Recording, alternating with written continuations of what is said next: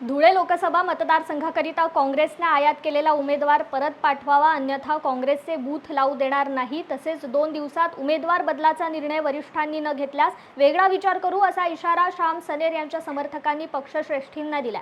Shyam snare यांच्या निवासस्थानासमोर काँग्रेसच्या पदाधिकाऱ्यांनी आयात उमेदवार परत पाठवा, शोभा बच्छाव गो बॅक अशा घोषणा देत बच्छाव यांच्या उमेदवारीला कडाडून विरोध केला। उमेदवारीला विरोध करत आतापर्यंत काँग्रेसचे 10 पदाधिकाऱ्यांनी राजीनामा दिला असून धुळे पाठोपाठ मालेगावात होणारा काँग्रेस अंतर्गत गटबाजीचा फायदा भाजपच्या उमेदवाराला होण्याची दाट शक्यता आहे। मात्र हे सर्व आव्हान रोखण्यात काँग्रेस पक्षश्रेष्ठींना कितपत यश मिळेल हे पाहणं महत्त्वाचं ठरणार आहे।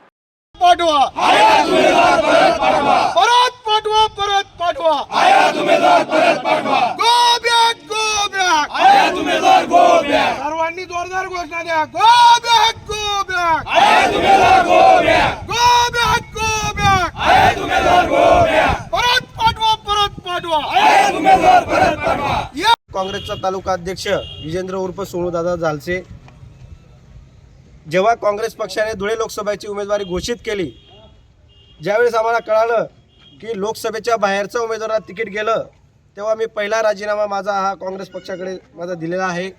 आणि त्यानंतर सतत राजीनामाचं सत्र हे आजपर्यंत आत्ताच्यापर्यंत चालू आहे। आणि येणाऱ्या 2 दिवसात काँग्रेस पक्षश्रेष्ठींनी जर उमेदवार बदलला नाही तर या जिल्ह्यात काँग्रेस नावाला उरेल असं आम्हाला वाटतं। अनेक पदाधिकारी त्यांचे राजीनामे दिले गेलेले आहेत। ज्या निष्ठावंतावर अन्याय झाला ते आदरणीय श्यामदादा सनेर यांनी या जिल्ह्यात त्यांचं वयाचे 30 वर्ष पक्षासाठी अनेक आंदोलनाच्या माध्यमातून असेल, लोकांचे कामं करत न्याय देण्याचा प्रयत्न केलेला आहे। असा निष्ठेवंतावर जेव्हा अन्याय होतो तेव्हा सर्वसामान्य तळागाळातील कार्यकर्ता हा पेटून उठतो। आणि तुम्हाला दिसत असेल की कार्यकर्ता या जिल्ह्यात पेटून उठलेले आहेत।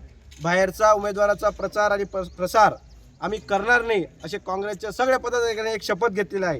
आणि आम्हाला कितीही लादण्याचा प्रयत्न केला बाहेरचा उमेदवार, तरी आम्ही तुम्हाला सांगतो, पक्षश्रेष्ठींना देखील निरोप द्यायचा आहे आम्हाला या माध्यमातून की आम्ही बाहेरचा उमेदवाराचा प्रसार मतदान अजिबात करणार नाही। त्याचा आम्ही निषेध केलेला आहे, आमचा त्याच्यावर धिक्कार आहे। आम्ही एक वेळेस नोटा दाबू, परंतु बाहेरच्या उमेदवाराला मतदान अजिबात आमच्याकडून होणार नाही, ही शपथ आम्ही घेतलेली आहे।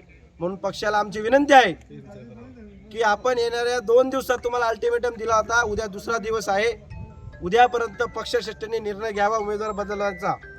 जर पक्षश्रेष्ठींनी उमेदवार बदलला नाही तर धुळे जिल्ह्यात काँग्रेसच्या कार्यकर्त्याकडून पदाधिकारीकडून मदतीची अपेक्षा ठेवू नये असं मी या ठिकाणी जाहीर करतो।